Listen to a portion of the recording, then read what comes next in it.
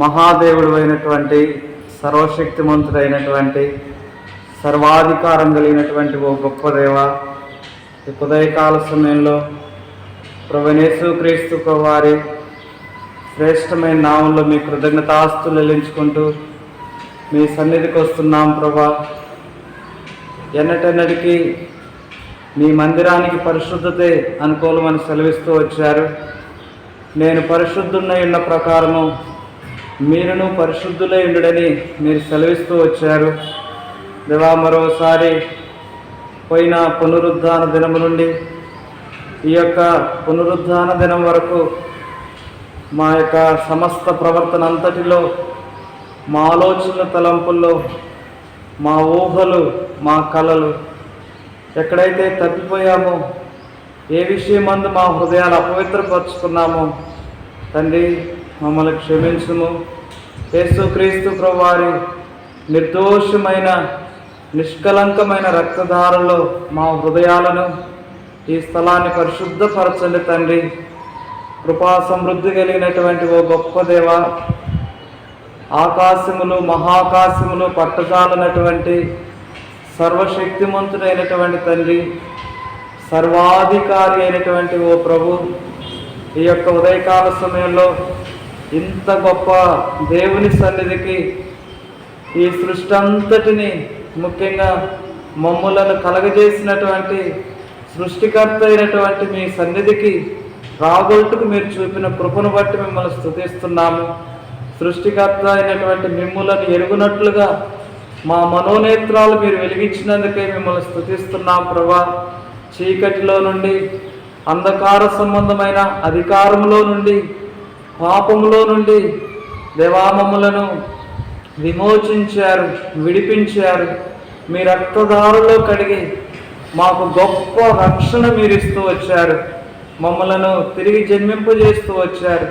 మా పట్ల మీరు చేసిన ప్రతి ఉపకారము, ప్రతి మేలు తలపోసుకుంటే మేము ఎంత స్తుతించినా, మేము ఏమిచ్చినా మేము మీకు రుణస్థులమని ఒప్పుకుంటున్నాం. మా ఎడల మీరు చూపిన ప్రేమ, దయ, వాత్సల్యతను బట్టి మిమ్మల్ని స్తుతిస్తున్నాము. మా ఎడల మీకున్న దీర్ఘశాంతాన్ని బట్టి మిమ్మల్ని స్తుతిస్తున్నాము. శాశ్వతమైన ప్రేమతో నేను మిమ్మల్ని ప్రేమిస్తున్నానని సెలవిచ్చిన మీ ప్రేమను బట్టి మిమ్మల్ని స్తుతిస్తున్నాం. మేము మాత్రమే కాదు తండ్రి, ఈ భూమి మీద ఉన్న మీ స్వరక్తమిచ్చి సంపాదించినటువంటి మీ పరిశుద్ధుల కొరకై, సార్వత్రిక సంఘం అంతటి కొరకై హృదయమారా మిమ్మల్ని స్తుతిస్తున్నాం ప్రభా. ఇది నాన్న మీ యొక్క ప్రజలు మీ ముఖ దర్శనం చేసినట్లుగా, సంఘముగా కూడుకున్నట్లుగా మీరే కృప చూపించండి తండ్రి. సంఘముల మధ్య సంచరించేటటువంటి ప్రభు, ఇద్దరు ముగ్గురు నా నామమును ఎక్కడైతే కూడి ఉంటారో వారి మధ్య ఉంటానని సెలవిచ్చినటువంటి దేవా మిమ్మల్ని స్తుతిస్తున్నాము.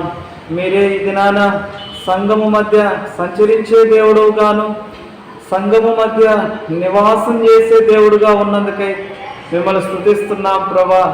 ఈ దినాన్ని నిలబడుతున్న మీ దాసులను కూడా మీ ఆత్మచేత నింపి మీ నోటి బోర్లుగా మీరు వాడుకోండి తండ్రి. ఇదిగో తండ్రి, ఎస్కోల్లో కూడుకుంటున్నటువంటి ప్రజలను బట్టి మిమ్మల్ని స్తుతిస్తున్నాము.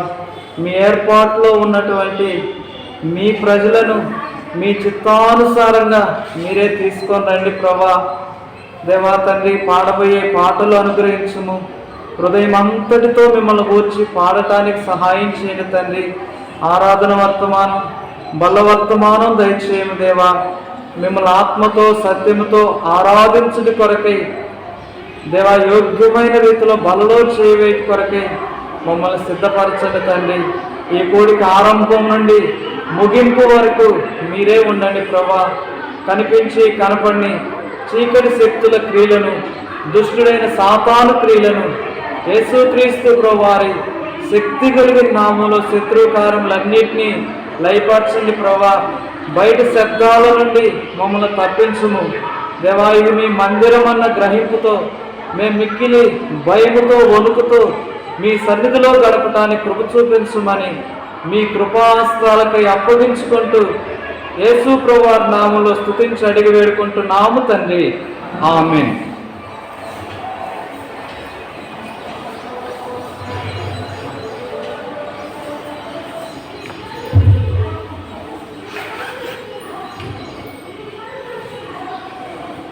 మనం పాఠ పుస్తకంలో నుండి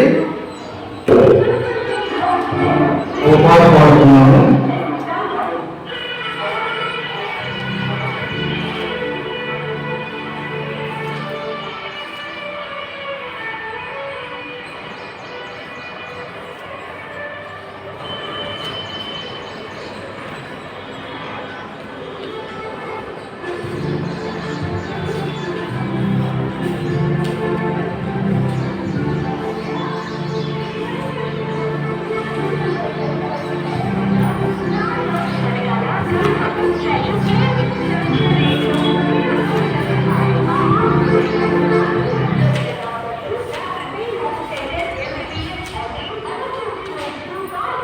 ప్రతిపాదన పుస్తకంలో 47వ పాట పాడుతున్నాను. 47వ పాట పాడుతున్నాను. సమస్త జనులారా మీరు యెహోవాకు స్తుతి గీతం పాడి అని పాట పాడు. సమస్త జనులారా మీరు యెహోవాకు స్తుతి గీతము పాడి సంతోషముతో సన్నిధిలో భూతాన్ని చేయమనసు సంతోషముతో సన్నిధిలో భూతాన్ని చేయమనసు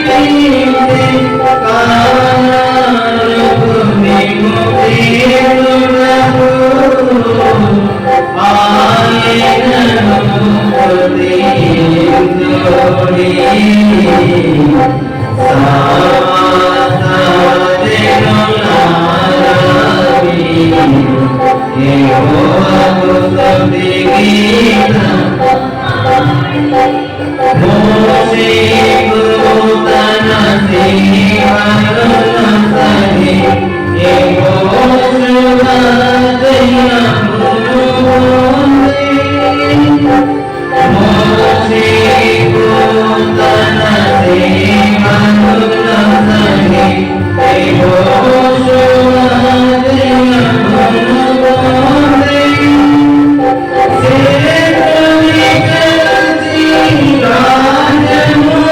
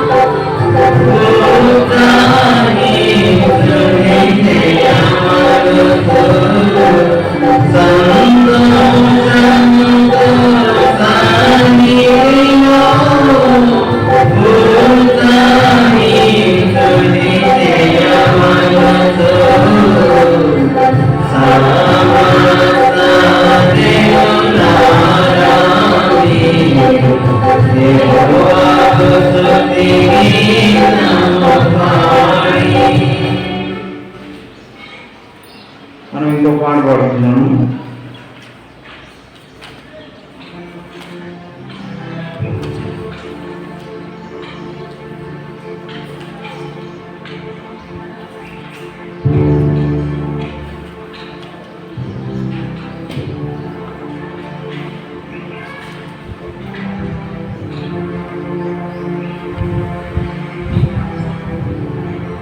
పెద్ద పాట పుస్తకంలో 189, మరో పాట పుస్తకంలో 778. ఓ అబ్రహాము ఇస్సాకు ఇశ్రాయేలు దేవ నిత్య నివాసిని అని పాడుతున్నాము. మొదటి 3 చరణాలు, ఆఖరి 2 చరణాలు పాడుతున్నాము. ఓ అబ్రహాము ఇస్సాకు ఇశ్రాయేలు దేవా నిత్య నివాసిని ఓ అబ్రహాము ఇస్సాకు ఇశ్రాయేలు దేవా నిత్య నివాసిని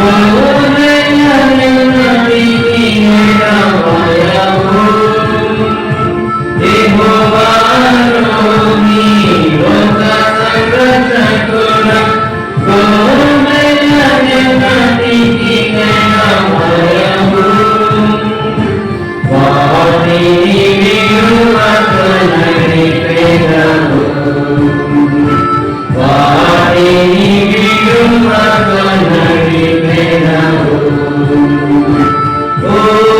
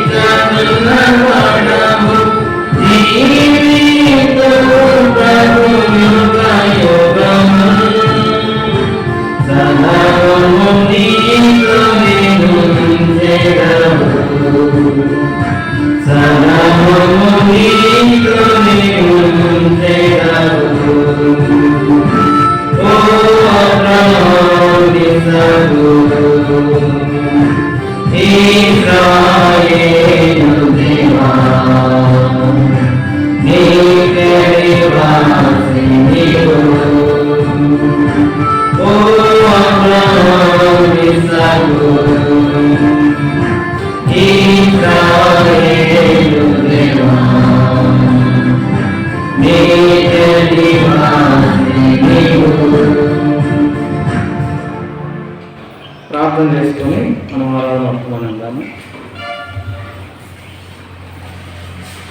ప్రేమ గల తండ్రి, పరిశుద్ధుడు అయిన దేవ, ఇంతవరకు మీరు మాతో ఉన్నందుకై మిమ్మల్ని స్తుతిస్తున్నాము. మరోసారి మిమ్మల్ని ఆత్మతో సత్యముతో ఆరాధించు కొరకై నా గొర్రెలు నా స్వరము వినును, అవి నన్ను వెంబడించును అని సెలవిస్తూ వచ్చారు. దేవా, మీ ప్రజలమైన మేము మీ వర్తమానం ద్వారా మీ స్వరాన్ని విని హృదయం అంతటితో మిమ్మల్ని ఆరాధించడం కొరకై మేము సిద్ధపడులాగున మీ వాక్యం ద్వారా మాతో మాట్లాడున్నాయన. నోటి మార్గం కలిగిన మీ దాసుని యొక్క నాలుక పెదాలు తాకును. తెరవబడిన ఆకాశం నుండి మీ మెల్లని స్వరాన్ని వినే కృపను దయచేయమని యేసు ప్రభువారి నామములో స్తుతించి అడిగి వేడుకుంటున్నాము తండ్రి, ఆమేన్.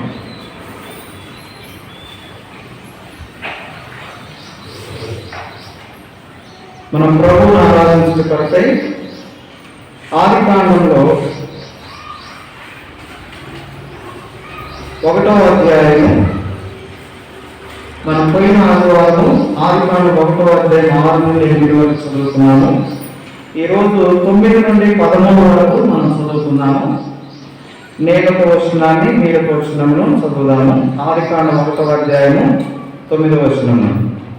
దేవుడు ఆకాశము క్రిందనున్న జలము ఒక చోటనే కూర్చబడి ఆరిన నేల కనపడదు గాక అని పలుకగా ఆ ప్రకారం ఆయను.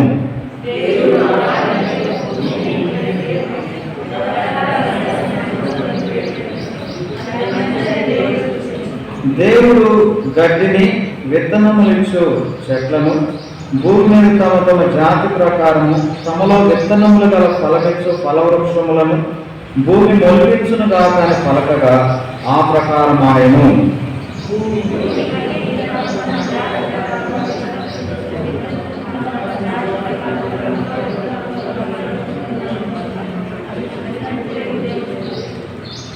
పదమూడు అందరం చదువుతున్నాం. అస్తమయమును ఉదయమును కలగగా 3వ దినము ఆయను. ఆదికాండం 1వ అధ్యాయంలో మరి దేవుడు ఈ సృష్టిని ఎలా కలగజేశారు అని మనం చూస్తాము. ఇక్కడ మనము ఈరోజు 3వ భాగముగా, అంటే 3వ దినమున దేవుడు ఎలాంటి కార్యం చేశారు మనం పోయిన వారం చెప్పుకున్నాము. పై జలములు, విశాలం యొక్క పై జలములు, విశాలం యొక్క క్రింది జలములు. ఆ విశాలము దేవుడు ఆకాశము అని పేరు పెట్టారని మనం చదువుకున్నాం. మరి 3వ దినాన దేవుడు ఏం చేశారంటే, ఇప్పుడు ఆకాశము క్రిందనున్న జలములు, భూమి మీద పూర్తిగా జలములు ఉన్నాయండి. అంటే నీరు చేత ఈ భూమి నిండుకొని ఉంది.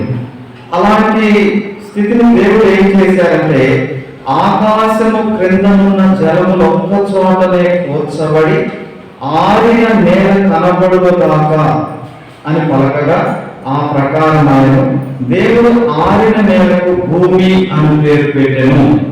చూడండి, దేవుడు ఇక్కడ 2 భాగాలుగా చేశారు. అంటే ఆరిన నేల అట్లా కనపడును కాక దేవుడు అన్నప్పుడు ఆరిన నేలకు భూమి అని పేరు పెట్టారు. ఆ యొక్క ఒకేసారి సమకూర్చబడినటువంటి ఆ యొక్క జలరాశికి సముద్రములు అని పేరు పెట్టారు. అందుకోసమనే దేవుడు ఆరిన నేల తర్వాత సముద్రములను వేరు చేస్తా వచ్చారు. ఇప్పుడు ఈ ఆరిన నేల మీద ఏమీ లేదు. ఆరిన నేల ఒక మైదానం ఎలా ఉందో అలా ఉంది. అలాంటి ఆరిన నేల మీద దేవుడు ఏం చేశారో మనం గమనిస్తే, గడ్డిని విత్తనములిచ్చు చెట్లను భూమి మీద తమ తమ జాతి ప్రకారము తమలో విత్తనములు గల ఫలమిచ్చు ఫలవృక్షములను భూమి మొలిపించును గాక అని పలకగా ఆ ప్రకారమాయను. దేవుడు గడ్డిని మొలిపించాడు. ఆయే రకాలైనటువంటి ఫలవృక్షాలు మరి విత్తనములు చెట్లు దేవుడు కలగజేస్తూ వచ్చాడు. అంటే ఇక్కడ మనం గమనించినట్లయితే మరి అక్కడ ఎందుకు గడ్డిని ఎందుకు కలగజేశారు, ఆయా రకాల ఫలవృక్షములను ఎందుకు కలగజేశారు అంటే దేవుడు తన హృదయంలో ఎలాంటి ఆలోచనతో ఎలాంటి ప్లాన్తో వాటిని కలగజేశాడు అని మనం గమనిస్తే చూడండి. ఇప్పుడు ఒకవేళ ఆడిన నేల లేదనుకోండి, మొత్తం నీరే ఉందనుకోండి, అప్పుడు మనుషులు ఎక్కడ ఉండాలి, తర్వాత జంతువులు ఎక్కడ ఉండాలి, తర్వాత రకరకాలైనటువంటి చెట్లు ఎక్కడ ఉండాలి. అందుకోసమే దేవుడు ఆడిన నేలను కలగజేసి మనుషుని కొరకు, తర్వాత జంతువుల కొరకు, తర్వాత చెట్లు ఉంటేనే కదా ఆక్సిజన్ అంటే గాలి. అందుకోసమే దేవుడు ఏం చేసిందంటే మనుషులను మొట్టమొదటిగా సృజించగా మనకు ఆ మనుషులను తన హృదయంలో పెట్టుకొని వారికి అవసరమైన వారికి ఉపయోగమైనటువంటి ఆ యొక్క చెట్లను గడ్డని మొలిపించారు. చూడండి, దేవుడు ముందుగా మానవుల కొరకు, తర్వాత జంతువుల కొరకు వీటన్నిటిని కూడా దేవుడు సిద్ధపరిచాడు. మన దేవుడు ఎవరంటే ముందుగా సిద్ధపరిచేటటువంటి దేవుడు అండి, సిద్ధపరిచేటటువంటి దేవుడు. అలా సిద్ధపరిచాక దేవుడు మరి ఆయా రకాలైనటువంటి పక్షులను, ఆయా రకాలైనటువంటి జంతువులను, తర్వాత సముద్రంలో మరి నివసించేటటువంటి జల వాటిని కలగజేశారు, తర్వాత మనుషులను కూడా కలగజేశారు. ఇప్పుడు జంతువులకేమో గడ్డి, ఆయా రకాలైనటువంటి చెట్లు, ఆకులు, మనుషులకైతేనేమో వీటిని కలగజేశారు.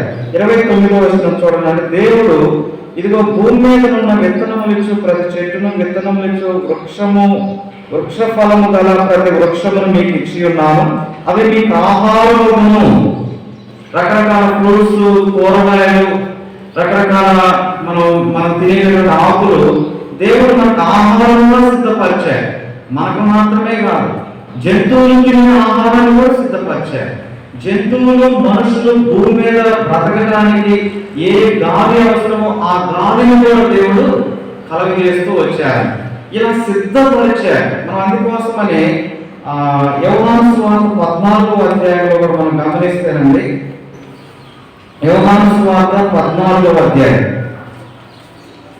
యోహాను సువార్త 14వ అధ్యాయంలో మనం గమనించినట్లయితే 3వ వచనం, 14వ యోహాను సువార్త 14వ అధ్యాయం 2-3 వచనాలు. నా తండ్రి ఇంకా అనేక నివాసములు కలవు, లేని ఎడల మీతో చెప్పుదును, మీకు స్థలము సిద్ధపరచ వెళ్ళుచున్నాను. నేను వెళ్ళి మీకు స్థలము సిద్ధపరిచిన ఎడల నేనుండు స్థలములో మీరున్న మరలా వచ్చి నా యొక్క నుండుకు మిమ్మల్ని తీసుకొని పోదును. చూడండి, దేవుడు మన విషయంలో ఎంత పట్టింపు, ఎంత బాధ్యత ఉందంటే, ఇప్పుడు యేసుక్రీస్తు ప్రభువు వారి రక్తం చేత విమోచించబడినటువంటి ప్రజలకు దేవుడు సిద్ధపరుస్తా ఉన్నారు. ఏమి సిద్ధపరుస్తున్నారు అంటే క్రొత్త భూమి, క్రొత్త ఆకాశం. క్రొత్త భూమిని, క్రొత్త ఆకాశాన్ని దేవుడు సిద్ధపరుస్తున్నారు. అంతేకాకుండా దేవుడు ఇంకా ఆ క్రొత్త భూమి మీద మనకు స్థలాన్ని సిద్ధపరుస్తున్నారు. ఆ స్థలంలో నివాసము సిద్ధపరుస్తున్నారు. ఇంకా మనకు మహిమ కలిగినటువంటి దేహాన్ని సిద్ధపరుస్తున్నారు. అక్కడికి వెళ్ళాక మనం పొందుకోబోయేటువంటి కిరీటాలు, బహుమానులను సిద్ధపరుస్తున్నారు. చూడండి, సిద్ధపరిచాక దేవుడు ఏం చెప్తారంటే మత్తయి సువార్తలో చూడండి, మత్తయి సువార్త 25వ అధ్యాయంలో మనకు తెలిసినటువంటి భాగమే. 25వ అధ్యాయము 34వ వచనం, మత్తయి సువార్త 25వ అధ్యాయం 34వ వచనం. అప్పుడు రాజు తన కుడివైపున ఉన్న వారిని చూచి, నా తండ్రి చేత ఆశీర్వదింపబడిన వారులారా రండి, లోకము పుట్టినది మొదలుకొని మీ కొరకు సిద్ధపరచబడిన రాజ్యమును స్వతంత్రించుకొనుడి. ఆడికి వెళ్ళాక మరి నా స్థలం ఏది, ఇప్పుడు నా స్థలం యొక్క సరిహద్దులు ఏంటి, నా స్థలం నెమ్మలేంది అంటానికి ఏం లేదు. మనం అక్కడికి వెళ్ళాక డైరెక్ట్గా మరి దేవదూతలు, అయ్యా ఇదిగో నీ స్థలము, ఈ స్థలంలో ఇది నీ నివాసము, ఇది నీ పేరు, ఇక్కడ నీ పేరు, ఇది నీకున్న ఇదిగో ఈ మహిమ, ఈ యొక్క మహిమ కలిగినటువంటి దేహము. చూడండి, దేవుడు మన కొరకు ఎంత శ్రేష్టమైన వాటిని సిద్ధపరుస్తున్నారు. అక్కడ సిద్ధపరిచాక ఆ సిద్ధపడిన వాటిని మనం స్వతంత్రించుకోవడం కొరకు మనల్ని రక్షిస్తూ వచ్చారు. దేవుడు యేసుక్రీస్తు ప్రభువారు ఈ లోకానికి వచ్చి మన పాప ప్రాయశ్చిత్తం కొరకు రక్తాన్ని చిందించి చనిపోయి సమాధి చేయబడి 3వ దినాన తిరిగి లేచినది ఎందుకు కొరకు అని మనం గమనిస్తేనండి, చాలా మంది యేసుక్రీస్తు ప్రభువారి గురించి ఎంతవరకు అవగాహన ఉంటుందంటే, యేసు ప్రభువారు అంటే స్వస్థపరిచే దేవుడు, యేసు ప్రభువారు అంటే మేలు చేసేటటువంటి దేవుడు, యేసుక్రీస్తు ప్రభువారు అంటే అద్భుతాలు చేసేటటువంటి దేవుడు, యేసుక్రీస్తు ప్రభువారు అంటే ఈ లోక సంబంధమైన ఆశీర్వాదాలు ఇచ్చేటటువంటి దేవుడు, యేసుక్రీస్తు ప్రభువారు అంటే కన్నీరు తుడిచేటటువంటి దేవుడు అనుకుంటారు. ఇవి మంచిదే, కానీ మనము ఈ భూమి మీద ఉన్నంత వరకు రోగాలు వస్తూనే ఉంటాయి. ఎందుకంటే మన శరీరం అలాంటి పరిస్థితులు వస్తూనే ఉంటాయి. అయితే యేసుక్రీస్తు ప్రభువారు ఎందుకు తన ప్రాణాన్ని పెట్టారు, దానికి ఒక బలమైన కారణం ఏమిటంటే, యేసుక్రీస్తు ప్రభువారు రక్తాన్ని చిందించకపోతే నీ నా పాపమునకు ప్రాయశ్చిత్తం అనేది లేదు. యేసుక్రీస్తు ప్రభువారి రక్తము ద్వారా తప్ప మన పాపానికి ప్రాయశ్చిత్తమయ్యే మార్గము కానీ పరిష్కారం కానీ ఏదీ లేదు. అందుకోసమని తన ప్రాణాన్ని పెట్టారు. యేసుక్రీస్తు ప్రభువారు తన ప్రాణము పెట్టి రక్తాన్ని చిందించకపోతే నీ పాపానికి ప్రాయశ్చిత్తం లేదు. నీవు పాతాళం నుండి, నరకం నుండి తప్పించుకునేటటువంటి అవకాశం కూడా లేదు, పరలోకానికి వెళ్ళే అవకాశం కూడా లేదు. అందుకోసమనే నువ్వు పాపము నుండి విడిపించబడటం కొరకు, పాతాళం నుండి విడిపించబడటం కొరకు, నీవు పరలోక రాజ్యాన్ని పొందుకోవడం కొరకు, నీ కొరకు నిత్యత్వంలో సిద్ధపరిచిన వాటిని నువ్వు స్వతంత్రించుకోవడం కొరకు యేసుక్రీస్తు ప్రభువారు తన ప్రాణాన్ని పెట్టారు.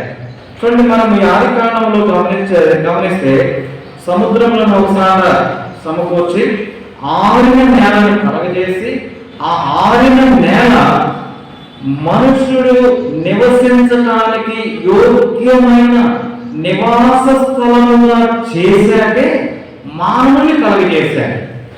నివాస స్థలంగా లేనప్పుడు ఆరిన నేలను అట్టబెట్టి ఆ యొక్క మానవుడನ್ನು వెళ్ళి చక్కగా చెట్లు వేసుకో, పొలం చేసుకో అని చెప్పలేదు.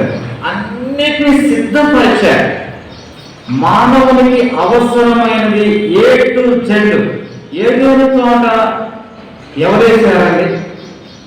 ఏదైనా తోట ఎవరేసారు? అప్పుడు భూమి మీదే ఉంది. ఏదైనా తోటలో రకరకాల ఫల వృక్షాలు, రకరకాల ఫ్రూట్స్, రకరకాల కూరగాయలు మనిషికి అవసరమైనటువంటివన్నీ ఎవరు సిద్ధపరిచారంటే దేవుడే స్వయంగా మనిషి కొరకు ఏదైనా తోటను సిద్ధపరిచారు. ఏదైనా తోటలో మళ్ళా ఆ యొక్క నదులు, ఒక నది ఆడ స్టార్ట్ అయ్యి 4 నదులుగా చీలిపోయి ఆ ఏదైనా తోటలను ప్రవహిస్తా ఉంది. ఆ నదులు ఎవరి కోసము అంటే మానవుని కొరకండి. అంటే మానవుని పట్ల దేవుడికున్న అత్యున్నతమైన ఉద్దేశం, దేవుడికున్న గొప్ప ప్రణాళిక, గొప్ప బాధ్యత చూడండి. కాబట్టి మనం గమనించినట్లయితే యేసుక్రీస్తు ఆదికాండంలో 1వ అధ్యాయంలో ఆరిన నేల చేసి అక్కడ గడ్డిని విత్తనములు ఇచ్చు ఆ చెట్లను కలగజేసి అక్కడ గాలి వెలుతురు అన్నిటినీ మానవునికి నివాస యోగ్యముగా ఉండేటట్లుగా సిద్ధపరిచాకే మానవుని కలగజేసి దేవుడు సిద్ధపరిచినటువంటి ఏదైనా వాటిలో ఎలాగైతే ఉంచారో ఈరోజు రక్షించబడిన మనం ఎందుకు రక్షించారంటే మన కొరకు వాటిని సిద్ధపరుస్తున్నారు. ఇక అక్కడ మరణం లేదు, దుఃఖం లేదు, కన్నీరు అనేది లేదండి. మన కొరకు సిద్ధపరిచినవి ఎంత శ్రేష్టమైనవండి. అందుకని కొలసీ పత్రికలో కదా, మీరు క్రీస్తు చేత లేకపోయిన వారైతే పైన వాటి మీదే మనసు పెట్టుకోండి.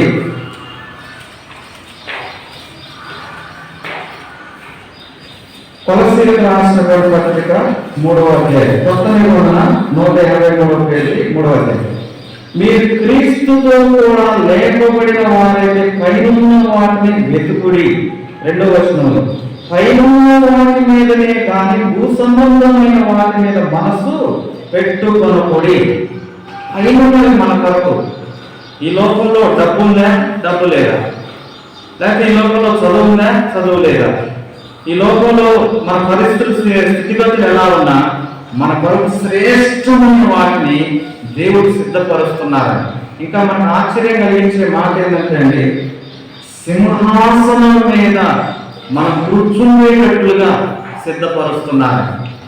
ఈ లోకంలో మనకి ఎందుకు శ్రమలు, కష్టాలు, ఇబ్బంది కొలుగుల్లో కూడా మనం వెళ్తున్నామంటే అండి, మన కొరకు దేవుడు సిద్ధపరిచిన వాటిని పొందుకోవటానికి మనం యోగ్యులముగా అర్హత సంపాదించే వారిగా వీటి ద్వారా మనం సిద్ధపరుస్తూ ఉన్నారు. శ్రమ లేదు అనుకోండి, నువ్వు లోకంలో ఉంటావు. శ్రమ వస్తే దేవునితో ఉంటావు. శ్రమ వచ్చినప్పుడు వాక్యాన్ని చదువుతావు. శ్రమ వచ్చినప్పుడు ప్రార్థన చేస్తావు. శ్రమ వచ్చినప్పుడు దేవుని ఇంటికి వస్తావు. శ్రమ లేదనుకోండి, మనము ఆత్మీయంగా చల్లారిపోతాం. అందుకని క్రైస్తవుడికి శ్రమ కూడా ఒక ఆశీర్వాదము. అది కూడా దేవుడు అనుమతించేటటువంటి శ్రమలు క్రైస్తవునికి ఆశీర్వాదం అండి. కానీ మనము ఈ ఉదయకాల సమయంలో ప్రభువుని ఎందుకు ఆరాధించాలంటే, ఓ ప్రభువా, ఆదాము అవ్వ కొరకు మీరు ఆరిన నేలను చేసి ఆరిన నేలలో మరి వాళ్ళకి అవసరమైన వాటన్నిటినీ సిద్ధపరిచాక మరి వారిని కలగజేసి వారిని ఏదేని చోట ఎలాగైతే ఉంచారో, దేవా నా పాపములను మీ రక్తధారలో కడిగి నా కొరకు మీరు నిత్యత్వంలో ఇప్పుడు సిద్ధపరుస్తున్నారు. ఆ సిద్ధపరిచిన వాటిని నేను స్వతంత్రించుకోవడం కొరకే ఈ భూమి మీద నన్ను సిద్ధపరుస్తున్నారు. నా పట్ల మీకున్న ఉన్నతమైన ఉద్దేశాల కొరకే నేను ఏమివ్వగలను ప్రభా. నా యొక్క స్తుతి ఆరాధన యేసుక్రీస్తు ప్రభువులో సమర్పిస్తున్నామని మనం ప్రభువుని ఆరాధిద్దామని. అట్లా ఒకరి తర్వాత ఒకరు వాక్యపు వెలుగులో క్లుప్తముగా ఆరాధిద్దామని. సమయం పోనీయొద్దండి, సమయం పోనీయొద్దు, స్టార్ట్ చేయండి.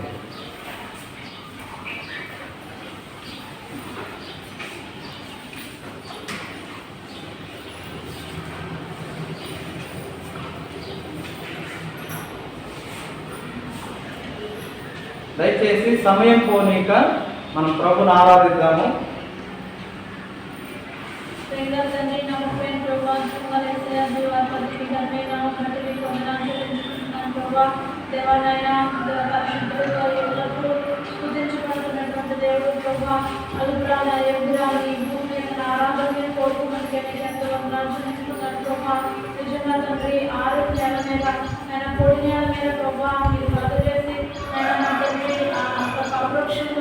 అన్నింటినీ కూడా సమస్తాన్ని కలగజేసిన తర్వాత ఆదామవులను ఏదైనా ఉంటూ వచ్చినారు.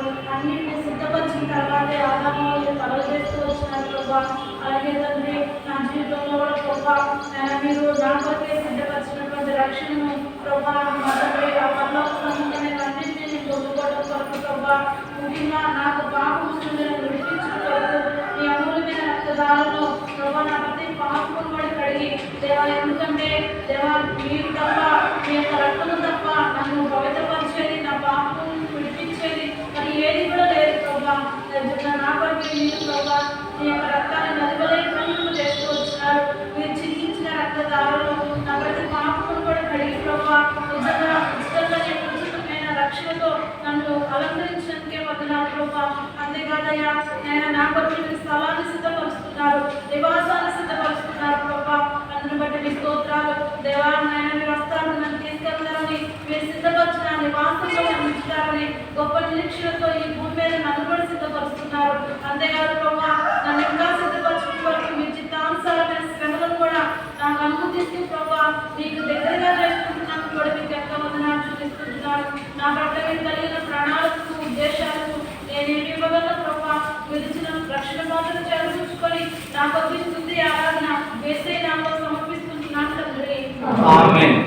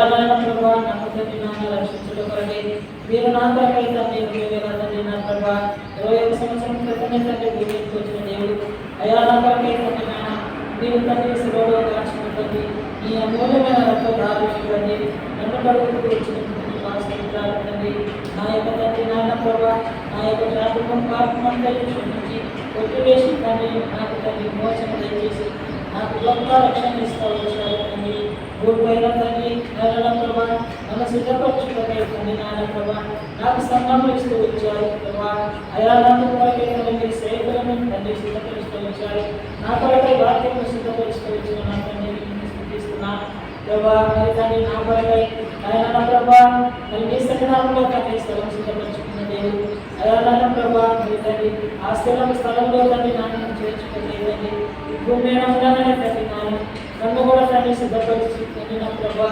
నాలో తండ్రి నాన్న ప్రభా నీ స్వరూపము తండ్రి నాయన నాకు అనుగ్రహించి నాలో ఇంకను తండ్రి నాన్న ప్రభా నీవు అనుమతించిన తండ్రి ప్రతి ఒక్కరు నాయన ప్రభా వారి తండ్రి నాన్న శిక్షలు అవి అనేకమైన సమస్యలు అనేకమైన వాటిని బట్టి తండ్రి నేను చూపిస్తున్నాను అవి వచ్చినది కూడా నేను చూపిస్తున్నాను ప్రభా అదన్నింటిలో తండ్రి మీరు నాకు ఉద్యోగించున్నాను బలపరచండి ప్రభా అలా మీరు వచ్చినప్పుడు తండ్రి నీతో కూడా తండ్రి నాయన ప్రభా నీ యొక్క తండ్రి రాజ్యంలో తండ్రి మీరు సిద్ధపరచుకున్న ఆ యొక్క తండ్రి శాస్త్రములు తండ్రి ఆ స్థలం నారాయణ ప్రభా నాకు ఇస్తున్నాను శుభ నిరీక్షణతో కనిపెడుతూ తండ్రి నారాయణ ప్రభా నాకు ఇంతవరకు తండ్రిని ఆలోచిస్తూ నా పట్ల చేసిన మేలు మహోపకారములకై తండ్రి నీకు నేనేమి ఇవ్వగలను ప్రభా ఉచితమైన రక్షణ పాఠం చేకూర్చుకొని నా హృదయపూర్వకమైన స్థుతి ఆరాధన నా ప్రభుత్వ రక్షణ యేసు పరిశుద్ధమైన నామములో నీకే సమర్పిస్తున్నాను తండ్రి ఆమేన్.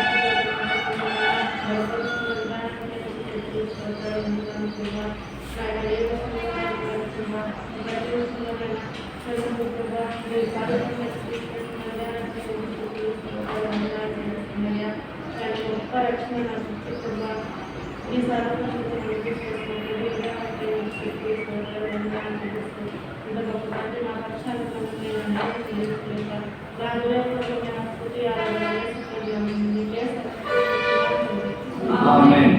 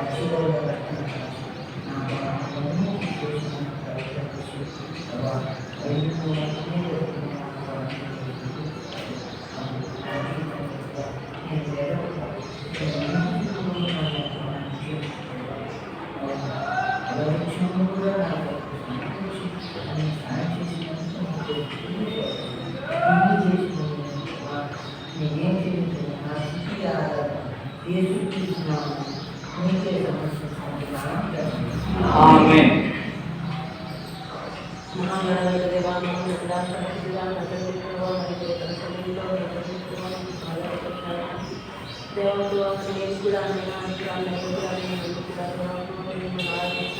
కాలంలో కూడా నా దేవాన్ని కోరుకున్నందుకే నేను అందిస్తూ ఆరాధిస్తూ సంబడిస్తూ ఉన్నాను.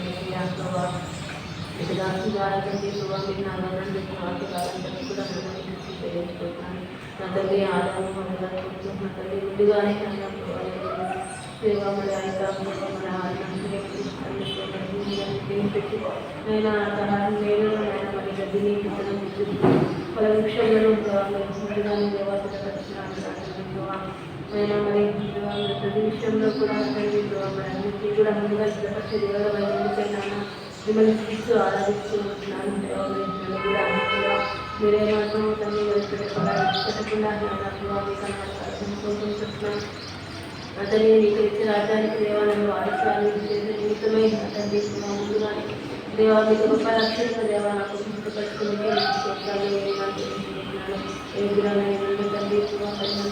తండ్రి దేవా పాపంతో శాపంతో కలిగి దేవా జ్ఞాపకం చేసుకొని దేవా నా నిమిత్తమై దేవానికి వాళ్ళకు రాజ్యం వ్యక్తులుగా చేయబడి అతన్ని ఆయన పాపాల నిమిత్తమైన ఆయన రక్తానంటే దారిపోతుంది ప్రతి పాపాలను కూడా కడిగి పరిశుద్ధపరిచి రక్షణ భాగ్యాన్ని దేవాన్ని అనుగ్రహిస్తుంటే విగతగానే తెలియజేస్తున్నాను. వేసయాలు నాకు కొంచెం ఆకాశాన్ని కొంచెం భూమిని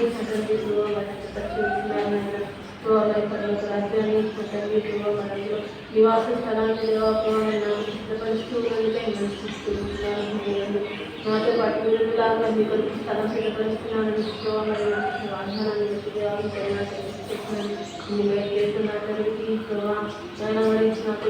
సభల ద్వారా సమీపస్తురాలుగా అవరుటకు దేవా మీరు నాకు సిద్ధపరుస్తున్నందుకే కూడా చూస్తూ గొప్ప ప్రేమ ఇంత గొప్ప నిరీక్షణ అనుగ్రహించిన నా తండ్రికి నేను చెల్లించలేక నీకు స్థితి ఆరాధన చేసినాముగా నీకే సమర్పించుకుంటున్నాను తండ్రి. ఆమేన్.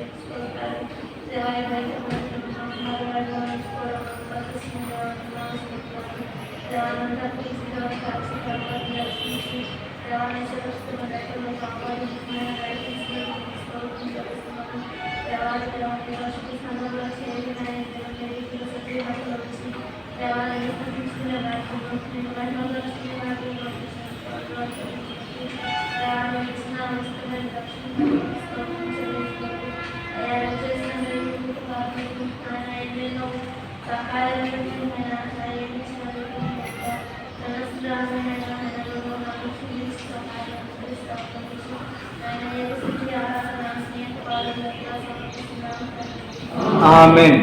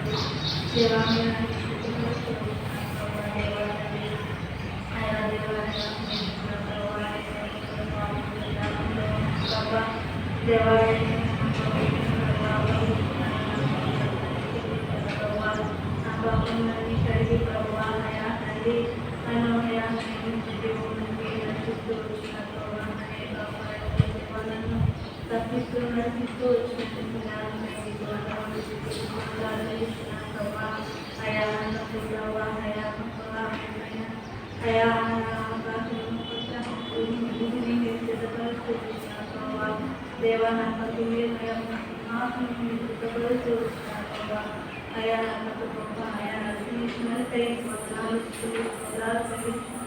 నా పరిస్థితి ఆరాధన చేస్తున్నాము అంటే సమర్పించుకున్నాను తండ్రి. ప్రేమ గల తండ్రి, పరిశుద్ధుడైన దేవ, మీ స్వాస్థ్యమైన ప్రజలతో కలిసి మిమ్మల్ని ఆరాధించేటటువంటి ధన్యకరమైన సమయం నాకు కూడా అనుగ్రహించినందుకే మిమ్మల్ని స్తుతిస్తున్నాను ప్రభా.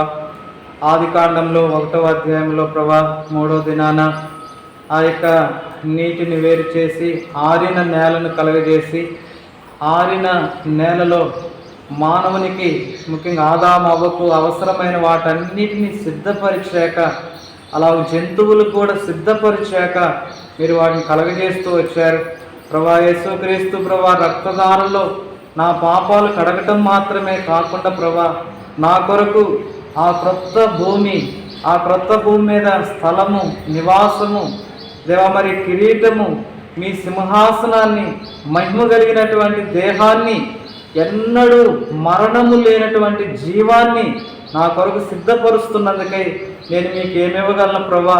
మీరు అక్కడ సిద్ధపరుస్తూ వాటిని పొందుకోవటం కొరకై ఇక్కడ భూమి మీద కూడా నన్ను సిద్ధపరుస్తున్నందుకై నేనేమివ్వగలను ప్రభా. నా యొక్క స్తుతి ఆరాధన యేసుక్రీస్తు ప్రభా నామములో సమర్పించుకుంటున్నాను తండ్రి.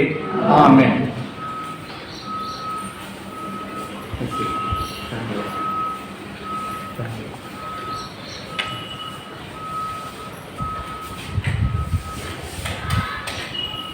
మనమందరం నుంచొని ఒక పాట పాడుతున్నాము.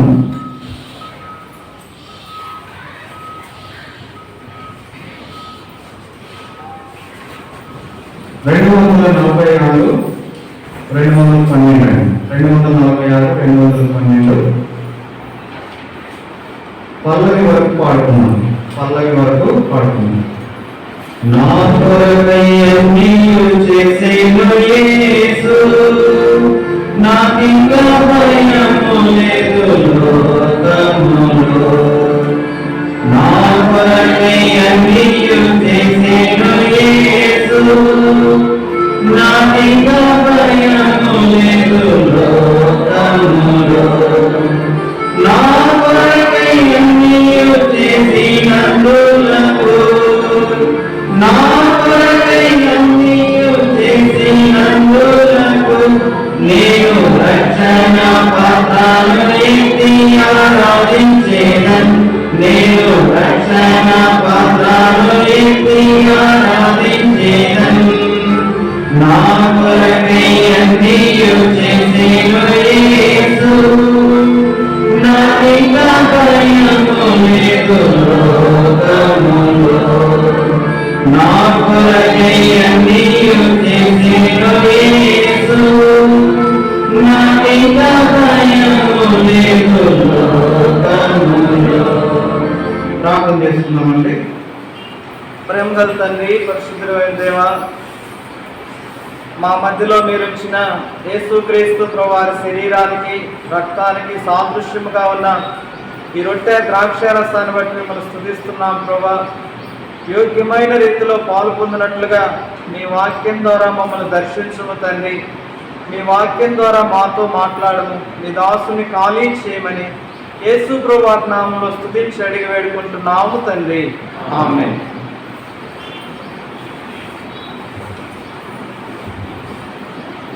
మనం పదము చేయబట్టి లూకా సువార్త 19వ అధ్యాయము మనందరికీ పరిచయమైనటువంటి భాగమే. లూకా సువార్త 19వ అధ్యాయము క్రొత్త నిబంధన 72వ పేజీ. లూకా సువార్త 19వ అధ్యాయము 41వ వచనం నుండి 44వ వచనం వరకు మార్చి చదువుకున్నాం. లూకా సువార్త 19వ అధ్యాయము 41 నుండి మనం మార్చి చదువుకున్నాం. ఆయన పట్టణములకు సమీపించినప్పుడు దానిని చూచి దాని విషయమై ఏడ్చి,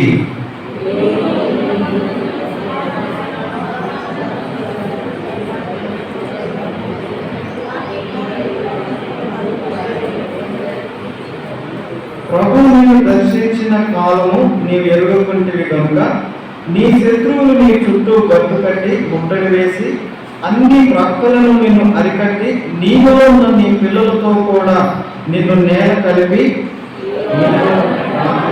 నిలుచుకుందని చెప్పారు. ఇక్కడ యేసుక్రీస్తు వారు ఏ పట్టణానికి సమీపించినప్పుడు ఏడుస్తున్నారండి? ఏ పట్టణానికి సమీపించినప్పుడు ఏ పట్టణాన్ని చూసి ఏడుస్తున్నారండి?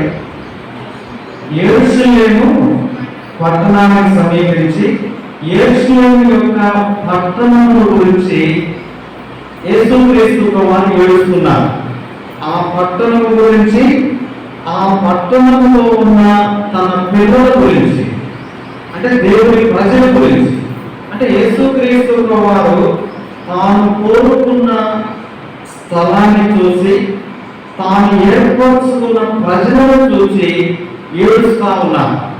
ఎందుకు ఏడుస్తున్నారంటే ఆ పట్టణానికి, ఆ ప్రజలకు రాబోయే దినాల్లో జరగబోయేటటువంటి సంగతులను చూసి ఏమి సంభవించబోతున్నాయి యేసుక్రీస్తు వారు ముందుగానే తెలుసు కాబట్టి ఏం జరగబోతున్నాయండి? 43వ వచనంలో చూస్తే నీ శత్రువులు నీ చుట్టూ గట్టు కట్టి ముట్టడి వేసి అన్ని ప్రక్కలను నిన్ను అరికట్టి నీలో ఉన్న నీ పిల్లలతో కూడా నిన్ను నేల కలిపి నీలో రాతి మీద రాయి నిలిచి ఉండని దినములు వచ్చునని చెప్పాను. ఆ పట్టణానికి, ఆ ప్రజలకు సంభవించబోయేటటువంటి ఒక దారుణమైన భయంకరమైన సంఘటనలను గురించి యేసుక్రీస్తు ప్రభువు ముందుగానే తెలుసుకొని ఏడుస్తా ఉన్నారు. అలాగే యేసుక్రీస్తు ప్రభువు చెప్పినట్లుగానే క్రీస్తు శకం 70వ సంవత్సరంలో రోమా ప్రభుత్వం వారు యెరూషలేము పట్టణంలో ఉన్న యూదులందరినీ నిర్దాక్షిణ్యంగా పసిపిల్లలు, స్త్రీలు, వృద్ధులను లేకుండా దారుణంగా చంపివేశారు. ఏదో కొద్ది మంది శేషం మిగిలారు, కానీ దారుణంగా చంపివేసి ఆ పట్టణాన్ని పూర్తిగా, అక్కడ ఉన్న మందిరాన్ని, ఆ పట్టణాన్ని కూల్చివేశారు. దాదాపు 1950 సంవత్సరాలు అవుతున్నా కూడా అక్కడ మందిరం లేదు. అక్కడ ఆ దినాల్లో ఉన్నటువంటి ఆ పట్టణము యొక్క పరిస్థితులు లేవని. ఆ దినాన్ని యూదులందరూ కూడా చెదిరిపోయారు. ప్రపంచం నలుమూలలు చెదిరిపోయారు. మన ఇండియా కూడా, మా గుంటూరు జిల్లాలో కూడా ఇప్పటికీ యూదులు ఉన్నారు. అంటే అట్లా చెదిరిపోయారు. అంటే జరగబోయేటటువంటి సంఘటన చూసి యేసుక్రీస్తు ప్రభువు ఏడుస్తున్నారు. మనకు కూడా జరిగిన సంగతులను మనకు జ్ఞాపకం వచ్చినప్పుడు హృదయం అంతటితో ఏడుపు వస్తుంది. తర్వాత జరుగుతున్న సంఘటనలను చూసి కూడా మనకు హృదయం అంతటి కూడా ఒక్కోసారి ఏడుపు వస్తుంది. తర్వాత జరగబోయే పరిస్థితులు మనం ఊహించుకొని కూడా మనం ఏడ్చేటటువంటి పరిస్థితులు ఉంటాయండి. నిజంగా ఇప్పుడు నేను చెప్పిన సందర్భం అర్థం కావాలంటే ఓపెన్ హాస్పిటల్కి తీసుకెళ్ళి కర్నూలు ఆండ్రూస్ గారి కాడికి తీసుకెళ్తే ఆయన అన్ని చూశాక ఓపెన్ బయటకు పంపించి విక్రన్నను నేను అనుకున్నాను. అంటే ఆయన చెప్పారు, మీ నాన్నగారికి హార్ట్ ప్రాబ్లం ఉంది, తర్వాత 2 కిడ్నీలు పూర్తిగా చెడిపోయాయి, లివర్ కూడా చెడిపోయాయి, ఆయన బ్రతకటం కష్టము, ఆయన చెప్తే తట్టుకోలేడని కొడుకుగా నేను చెప్తున్నాను అని చెప్పి విక్రన్నకి చెప్పారు. మేము బయటకు వచ్చేసరికి ఓబేలు చక్కగా నవ్వుతా మాట్లాడుతూ ఉన్నాం. మాకు డాక్టర్ గారు చెప్పింది చూసి ఆయన నవ్వుతూ ఉందంటే మేము నవ్వాలో ఏడవాలో అర్థం కాక లోన వేడి బాగా వస్తూ ఉంది, బయటకేమో ఏదో కొద్ది గంభీరంగా ఉన్నట్టుగా ఉంది. ఇప్పుడు ఎవరైనా కొద్ది దినాల్లో, నెలల్లో చనిపోతారని మనకి కన్ఫామ్గా తెలిసినప్పుడు వాళ్ళ విషయమై మనకు బాధ కలుగుతా ఉంది. అట్లా యేసుక్రీస్తు ప్రభువు కూడా సంభవించబోయే సంగతుల విషయమై ఆయన ఏడుస్తూ ఉన్నారండి. ఇప్పుడు ఈ సందర్భం అర్థం కావాలంటే 2వ రాజుల గ్రంథంలో కూడా ఎలీషా కూడా ఏడుస్తూ ఉన్నాడండి. 2వ రాజుల గ్రంథము 8వ అధ్యాయము 11వ వచనం అండి. 11, 12 వచనాలు. 2వ రాజుల గ్రంథము 8వ అధ్యాయము 11, 12 వచనాలు. హజయేలు మొత్తము చిన్నబోనంత వరకు ఆ దైవజనుడు అతని పేరు చూచుచు కన్నీరు రాచెను. మరి హజయేలు, నా ఏలిన వాడవైన నీవు కన్నీరు రాల్చదనేమని అతను అడుగగా ఎలీషా ప్రత్యుత్తరం ఇచ్చింది, ఇశ్రాయేలు వారి గట్టి స్థలములను నీవు కాల్చివేయువు, వారి యవనస్తులను కత్తి చేత హతము చేయువు, వారి పిల్లలను నేలకు వేసి కొట్టి చంపుదు, వారి గర్భిణీల కడుపులను చింపివేయు కనుక నీవు వారికి చెయ్యకో కీడును నేను ఎరిగి ఉండుట చేత కన్నీరు రాచుతున్నాను. ఇక్కడ హజాయేలు అనేటటువంటి వ్యక్తి సిరియాలో అధిపతి అంతే. అయితే తన రాజు బాగుపడతాడా లేడా అని ఎలీషా దగ్గరకు వస్తే ఎలీషా కొన్ని విషయాలు చెప్పాక ఆయన చూసి ఏడుస్తున్నాను. ఆయనకు అర్థం కాదు, నన్ను చూసి ఎందుకు ఏడుస్తున్నావు అంటే, నువ్వు సిరియా దేశానికి రాజు అవ్వబోతా ఉన్నావు, నువ్వు రాజు అయ్యాక దేవుని పిల్లలు ఈ రీతిగా చంపుతావు, ఎందుకంటే జరగబోయేటటువంటి సంగతిని దేవుడు నాకు ముందుగానే తెలియపరిచాడు. చూడండి, జరగబోయే సంఘటన మనకు అర్థమైనప్పుడు నిజంగా మనకు బాధ కలిగిద్దండి. ఇప్పుడు యేసుక్రీస్తు ప్రభువారు కూడా నీ విషయమై లేక రక్షణ లేని వారి విషయమై ఏడుస్తున్నారు అంటే నువ్వు నమ్మగలవా? ఒక పట్టణం విషయమై, ఆ పట్టణానికి సంభవించబోయే నాశనం విషయమై, ఆ పట్టణంలో ఉన్న దేవుని ప్రజల యొక్క నాశనం విషయమై యేసు ప్రభు వారికి తెలిస్తే ఆయన ఏడుస్తా ఉంటే, ఈరోజు నీ భవిష్యత్తు తెలిసిన దేవుడు కూడా ఆయన ఏడుస్తా ఉన్నాడు.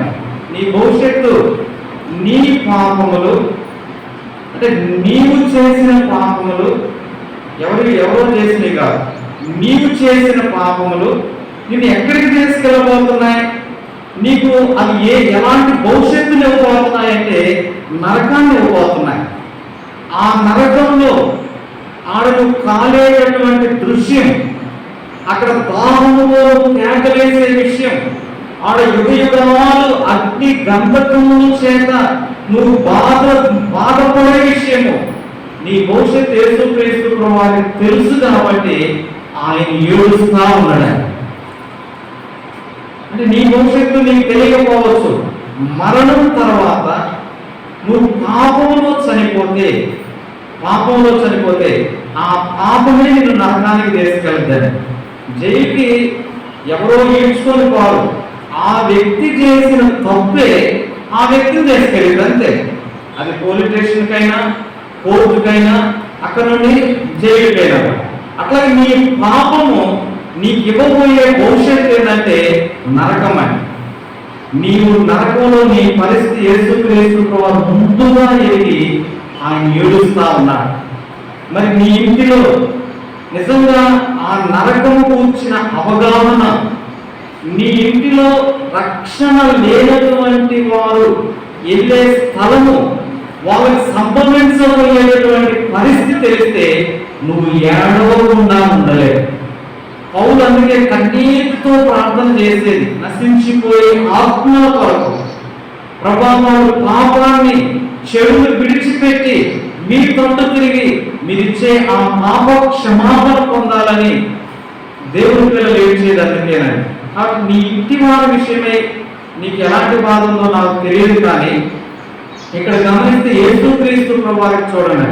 ఇదే లూకాసు వార్తను మనము ఇంకొక మాట గమనిస్తేనండి, మీరు ఎటు పేపర్ తిప్పాల్సిన అవసరం లేదు. లూకాసు వార్త ఆ 19వ అధ్యాయం అలా ఏది పెట్టుకో అట్లా పట్టుకోనండి.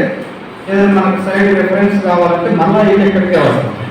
42వ వచనం, నీవును ఈ దినమందైనను సమాధాన సంబంధమైన సంగతులను, ఇక్కడ సమాధానము అని ఉన్నాయి. ఇక్కడ మనం కొంత ఆగితే ఇప్పుడు మనము ఆ, మనుషులకు మధ్య సమాధానం లేని పరిస్థితులు మనం చూస్తాం.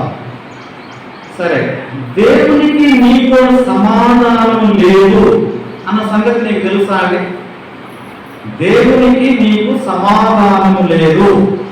మనము ఎరగకుండానే దేవుని ప్రేమిస్తున్నట్లు అనుకుంటాము, ఎరగకుండానే భక్తి చేస్తూ ఉంటాము, కానీ వాస్తవానికి దేవునికి నీకు సమాధానం అనేది లేదు. సమాధానం అనేది లేదు.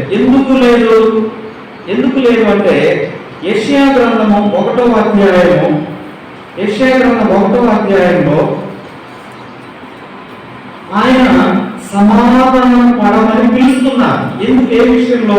యెషయా గ్రంథం 1వ అధ్యాయము 18వ వచనం చూస్తే, యెహోవా ఈ మాట సెలవిచ్చుచున్నాడు, రండి మన వివాదము తీర్చుకుందాము, మీ పాపములు రక్తము వలె ఎర్రనివైనను అవి హిమము వలె తెల్లబడును, కెంపు వలె ఎర్రనివైనను అవి గొర్రెబొచ్చు వలె తెల్లనివగును. మీరు సమ్మతించిన మాట విని ఎడల మీరు భూమి యొక్క మంచి పదార్థములను అనుభవింతురు. ఇది రక్షణ లేని వారి సంగతి చెప్తున్నాను. రక్షణ లేనటువంటి నీకు దేవుడితో సమాధానం లేదు. కారణం నీ పాపం. మరి దేవుడు ఎక్కడ ఏది చూడలేదు. నువ్వు కానుకిస్తున్నావా లేదా, మందిరానికి వస్తున్నావా లేదా, బైబిల్ చదువుతున్నావా లేదా, ప్రార్థన చేస్తున్నావా లేదా, ఇది తర్వాత విషయం. మొట్టమొదటిగా దేవుడు చూసే విషయం ఏంటంటే, నీవు ఇప్పుడు ఏ పాపాన్ని కలిగి ఉన్నావో, ఏ పాపాన్ని చేస్తున్నావో, ఏ పాపాన్ని నీ హృదయంలో గూడు కట్టుకొని ఉంచుకున్నావో, ఆ పాపం విషయమై నీకు దేవునికి సమాధానం లేదు. పాపం చేసే వ్యక్తి నేను దేవునితో సమాధానముగా ఉన్నామంటే ఒట్టి పచ్చబద్ధం అని. నువ్వు పాపము చేయకుండా ప్రభు దృష్టికి నువ్వు పరిశుద్ధంగా, యథార్థంగా, నీతిగా, మంచిగా నువ్వు ఉంటే దేవునితో సమాధానం ఉన్నట్టు. ఇప్పుడే సమాధానం లేదు. అందుకనే సమాధాన సువార్తకున్న కొన్ని పేర్లు. ఒక పేరు ఏంటంటే అండి సమాధాన సువార్త. ఎఫెసీయులకు రాసిన పత్రికలో ఉంటుంది. ఎఫెసీయులకు రాసిన పత్రిక కొత్త నిబంధన 174 పేజీ 2వ అధ్యాయము 16-17 వచనాలండి. 16-17 2వ అధ్యాయం 16-17. తన సిలువ వలన ఆ ద్వేషమును సంహరించి దాని ద్వారా మీరిద్దరిని ఏక శరీరంగా చేసి దేవునితో సమాధానపరచవలెనని ఇలాగూ చేసిన కనుక ఆయనే మనకు సమాధానకారకుడై ఉన్నాడు. మరియు ఆయన వచ్చి దూరస్తులైన మీకును సమీపస్తులైన వారికి సమాధాన సువార్తను ప్రకటించెను. ఇప్పుడు నీకు ఎందుకు సువార్త వినిపించబడుతుంది? ఆ సువార్తకున్న పేరు ఏంటంటే సమాధాన సువార్త. నా కుమారుడా, నా కుమార్తె, నువ్వెందుకు పాపంలో ఉండి చనిపోవాలి? ఇదిగో నేనున్నాను, ఆల్రెడీ నీ కొరకు రక్తాన్ని చిందించాను, రక్షణ కార్యాన్ని సిద్ధపరిచి ఉంచాను. నువ్వెందుకు ఇంకా పాపంలో ఉండాలి? నువ్వెందుకు ఇంకా చనిపోయి నరకానికి వెళ్ళాలి? రా, ఎలాంటి పాపంలో ఉన్నా, ఎలాంటి దౌర్భాగ్యమైనటువంటి స్థితిలో ఉన్నా నా యొద్దకు రా. నేను క్షమించుటకు సిద్ధ మనసు కలిగినటువంటి దేవుడును. నా యొద్దకు వచ్చు వారిని నేను ఎంత మాత్రము బయటికి త్రోసివేయను. కాబట్టి దేవుడు పిలుస్తున్నాడు, క్షమించడానికి పిలుస్తున్నాడు.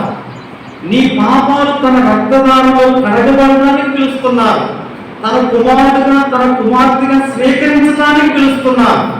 నిన్ను నరకం నుండి తప్పించి పరలోకి వెళ్ళటం వరకు యేసుక్రీస్తు ప్రభువారు సమాధాన సువార్తను నీకు వినిపిస్తున్నారు. మరి దేవుడితో సమాధాన పడాలనే మనసుంటే ఒక్కటే పరిష్కారం. నీవు ఏ పాపంలో అయితే ఉన్నావో ఆ పాపం విషయమే ప్రభు గారు పశ్చాత్తాపడితే ప్రభుత్వం నీకు క్లియర్ అయిపోయింది. ఒకవేళ మనుషులతో అసమాధానం ఉన్నది వేరే విషయం, కానీ దేవుడితో ఉంది ఈ భూమి మీద ఉన్నంత ఇప్పుడే నీకు అవకాశం. కాబట్టి అండి ఈ లూకాసు వార్తలో చూస్తే సమాధాన సంబంధమైన ఒకటి, నీ స్థితిని చూసి యేసుక్రీస్తు ప్రభువారు ఏడుస్తున్నారు. రెండోది ఏం చేస్తున్నారంటే, నిన్ను సమాధాన పొందుట కొరకే నేను పిలుస్తున్నా, నువ్వు రక్షణ పొందుట కొరకే నేను పిలుస్తున్నా. రెండో విషయం ఇది. ఇప్పుడు మూడో విషయం ఏంటంటేనండి, సమాధాన సంబంధమైన సంగతులను తెలిసి కొనిన ఎడల నీకెంతో మేలు. చూడండి, సంగతులు నీ గురించి దేవుడు ఉద్దేశించినటువంటి సంగతులు. ఎలాంటి సంగతులు? నీ కొరకు దేవుడు ఉద్దేశించినటువంటి సంగతులు ఎలాంటివి? ఇప్పుడు నీ పిల్లల కొరకు, అయితే మన తల్లిదండ్రులు మన కొరకు ఎలాంటి సంగతులను ఉద్దేశిస్తుంటారు, ఎలాంటి ఆలోచనలు కలిగి ఉంటారంటే మంచి ఆలోచనలు కలిగి ఉంటారు. ఎలా చదువుకోవాలి, ఆ తర్వాత ఇలా క్రమశిక్షణగా ఉండాలి, ఆ తర్వాత మంచి పేరు రావాలి, ఒక మంచి ఉద్యోగం రావాలి, ఒక మంచి భవిష్యత్తు కలిగి ఉండాలని తల్లిదండ్రులు ఆలోచన చేస్తారు. మరి బైబిల్ చెప్తుంది, మీరు చెడ్డవారయ్యండి మీ పిల్లలకు మంచి ఈవులు ఎరిగి ఉండగా పరలోకమందున్న మీ తండ్రి ఇంకెంత మంచి ఈవులు ఇచ్చును. నీ కొరకు దేవుడు ఉద్దేశించినటువంటి ఉద్దేశాలు ఎలాంటివంటే అండి, ఇర్మియా గ్రంథము 29వ అధ్యాయము, ఇర్మియా గ్రంథం పాత నిబంధన 652వ పేజీ,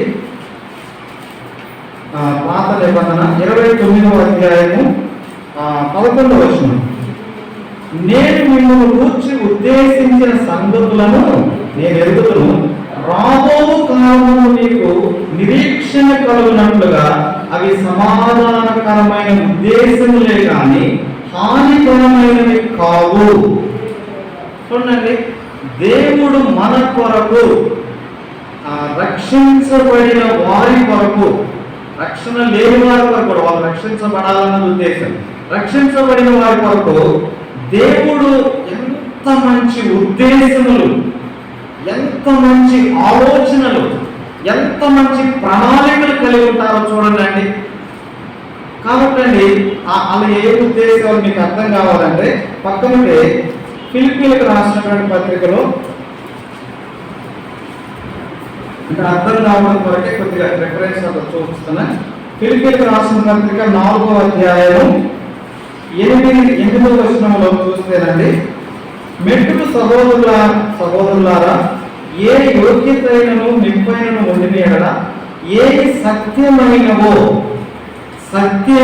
సంగతులు, మాన్యమైన సంగతులు, న్యాయమైన సంగతులు, పవిత్రమైన సంగతులు, రమ్యమైన ఖ్యాతి కలిగిన ఆ దేవుడు మన కొరకు ఉద్దేశించిన ఆ సంగతులు ఎంత శ్రేష్టమైనవి చూడండి. అవి సత్యమైనవంట, మాన్యమైనవి, న్యాయమైనవి, పవిత్రమైనవి, రమ్యమైనవి, ఖ్యాతి గలవి, వాటి మీద ధ్యానం ఉంచుకోండి. అంటే ఇలాంటి శ్రేష్టమైన ఉద్దేశాలు కలిగి ఉన్నాడు. బాగా ఆలోచన చేయండి, బాగా గుర్తుంచుకుందాము.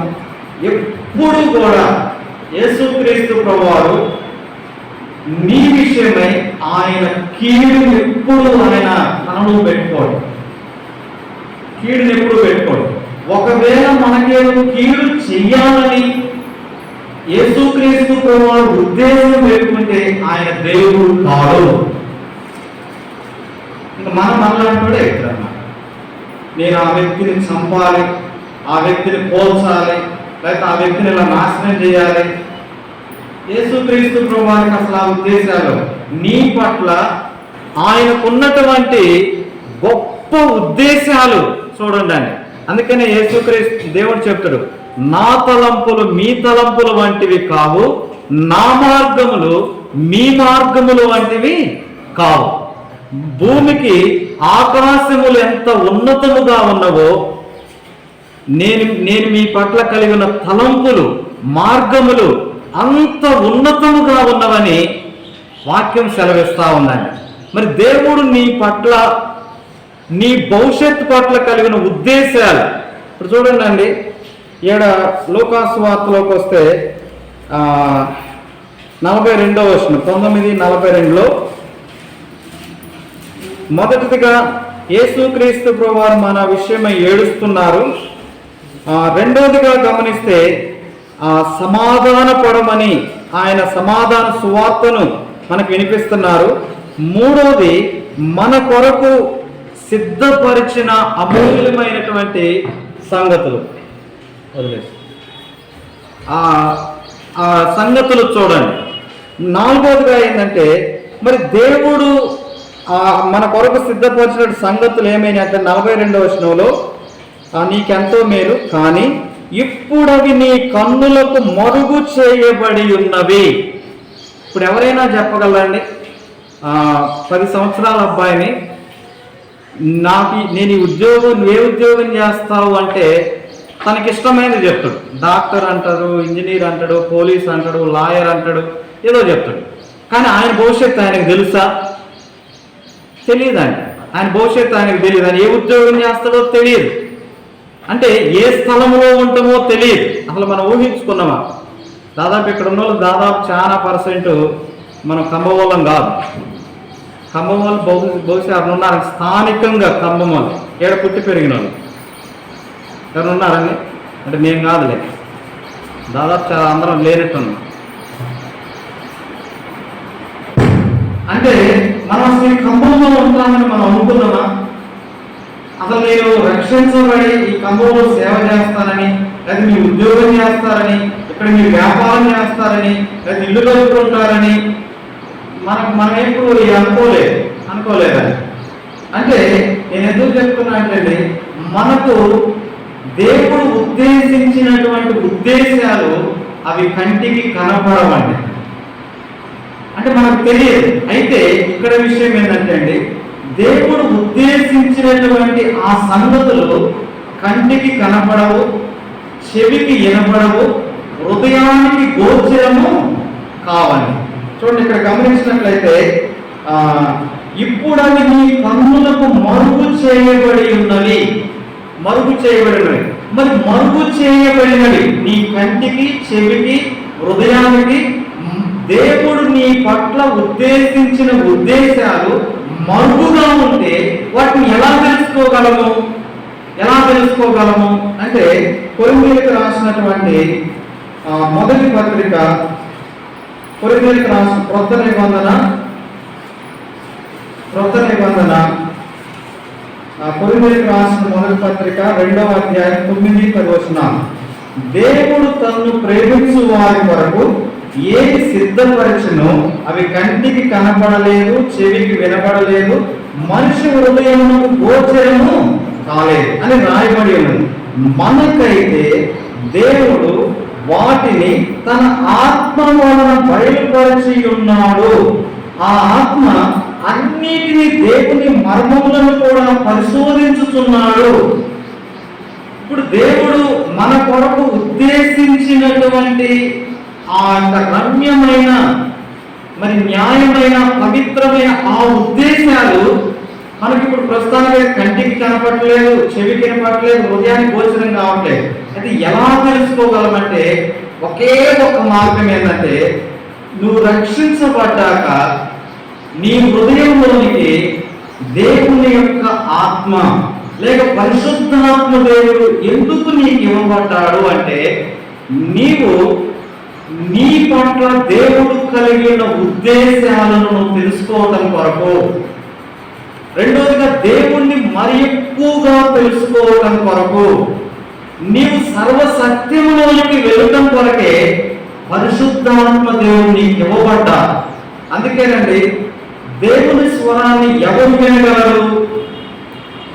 ఒక్క సేవకుడేనా అంటే కాదు, రక్షించబడిన ప్రతి విశ్వాసి దేవుని స్వరాన్ని వినగలడు. రక్షించబడిన ప్రతి విశ్వాసి దేవుని యొక్క చిత్తాన్ని తెలుసుకోగలడు. అయితే మనకు ఓపికలు ఉండవు. మనకు ఓపిక ఉండదు. అందుకోసమని ప్రభు కాడికి వచ్చి, ప్రభా నా భవిష్యత్తు కూర్చున్నటువంటి మీ ఉద్దేశం ఏమిటి? ఎవరన్నా అడుగుతారా అండి? ప్రభా నన్ను రక్షించుకున్నావు, మంచిదే, అసలు నా భవిష్యత్తు విషయమై మీ ఉద్దేశం ఏమిటి? నేను ఏం చేయాలని మీరు కోరుకుంటున్నారు? ఎక్కడున్నానని కోరుకుంటున్నారు? నా భవిష్యత్తు విషయమే మీ చిత్తం ఏమిటని క్లారిటీగా తెలుసుకునే వాళ్ళు ఎవరున్నారంటే ఎవరు లేదు. ఒకళ్ళంటా ఉంటారు, అమ్మా మరి ఈ విషయము దేవుని చిత్తాన్ని ఎరిగినమంటే అని ప్రార్థన చేసి అంటారు. ప్రార్థన చేసేది ఎట్లా ఉంటుందంటే, ఇప్పుడు మా ఊడు వచ్చి డాడీ నేను బయటికి వెళ్తున్నాను అంటే ఎట్లుంటుంది? డాడీ మరి బయటికి వెళ్తున్నాను, వెళ్ళమంటారా వద్దంటారా అంటే ఆ మాట ఎట్లుంటుంది? వెళ్తున్నాను అంటే నీకు చెప్పాలి కాబట్టి ఒక మాట పడేస్తుందని వెళ్ళిపోవాలి. నా అభిప్రాయాన్ని తెలుసుకోవడం. ఇప్పుడు నా అభిప్రాయం అడిగింది అనుకోండి, వెళ్ళటం అవసరమా అవసరం లేదా, ఆ క్షేమం ఉందా లేదా నష్టం ఉందా నాకు తెలుసు కాబట్టి క్షేమం ఉంటే వెళ్ళు అంటాం, క్షేమం లేకపోతే వద్దు అంటాం. అంటే నేను ఎందుకు చెప్తున్నట్టండి, నువ్వు దేవుడు నీ కొరకు ఒక గొప్ప ప్రణాళిక కలిగి ఉన్నాడు. నువ్వు రక్షించబడిన నాట నుండి చనిపోయేంత వరకు నీకు ఎలాంటి అవసరాలు ఉంటాయో, ఎలాంటి భవిష్యత్తు కావాలో, ఎలాంటి చదువు కావాలో, ఎలాంటి ఉద్యోగం కావాలో, ఎలాంటి వివాహం కావాలో, ఇవన్నీ కూడా దేవునికి ఒక ఉద్దేశం ఉంటుంది. అయితే పరిస్థితి ఏంటంటే అండి, దేవుని యొక్క అమ్మ ఇట్లా రండి, ముందుకు రండి, ఎడప్లేసింది రండి. అంటే దేవుని యొక్క అమూల్యమైనటువంటి ఉద్దేశాలు మనం తెలుసుకోవాలని ఈ దినాల్లో ఇప్పుడు రక్షించబడిన వారికి నేను చెప్తున్నానండి, రక్షణ లేని వారికి చెప్పట్లేదు. రక్షించబడిన ఒక తండ్రిగా, రక్షించబడిన ఒక తల్లిగా, రక్షించబడిన ఒక అన్నగా, రక్షించబడిన ఒక చెల్లిగా నీ ఇంటి వారి విషయమై నువ్వు దేవుణ్ణి అడుగుతున్నావా? నీకు తోచింది నువ్వు చేస్తున్నావు, నీకు నచ్చింది నువ్వు చేస్తున్నావు. నీకు అది నచ్చితే చేస్తాం, అది తోచితే చేస్తాం. మరి దేవుని అభిప్రాయం ఏమిటి? మీరు బైబిల్లో చూడండి, క్రైస్తవ చరిత్రలో చూడండి, దేవుని చిత్తాన్ని ఎరిగి వారి పట్ల దేవుడు కలిగిన ఉద్దేశాన్ని ఎరిగినటువంటి వాళ్ళు ఎక్కడ ఓడిపోయే సందర్భం లేదు. కారణం ఏమిటంటే వాళ్ళు కొంత లేట్ అయిన దేవుని చిత్తాన్ని వాళ్ళు ఎరుగుతా వచ్చారు. ఇప్పుడు నీకు వాస్తవానికి నీకు మరుగుగానే ఉన్నాయి, నీ కంటికి కనిపించట్లేదు, చెవికి కనిపించట్లేదు, హృదయానికి గోచరం అవ్వట్లేదు.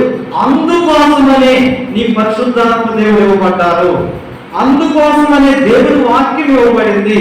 దేవుడేదో ఒక ఊహ అయితే ఆయన నమ్మవలసిన అవసరమే లేదు. దేవుడేదో ఆయన దేవుడు, నేను ఆడో భక్తుల్ని, ఆయన ఆడో దూరం ఉంటాడంటే ఆయనకు నాకేం పని?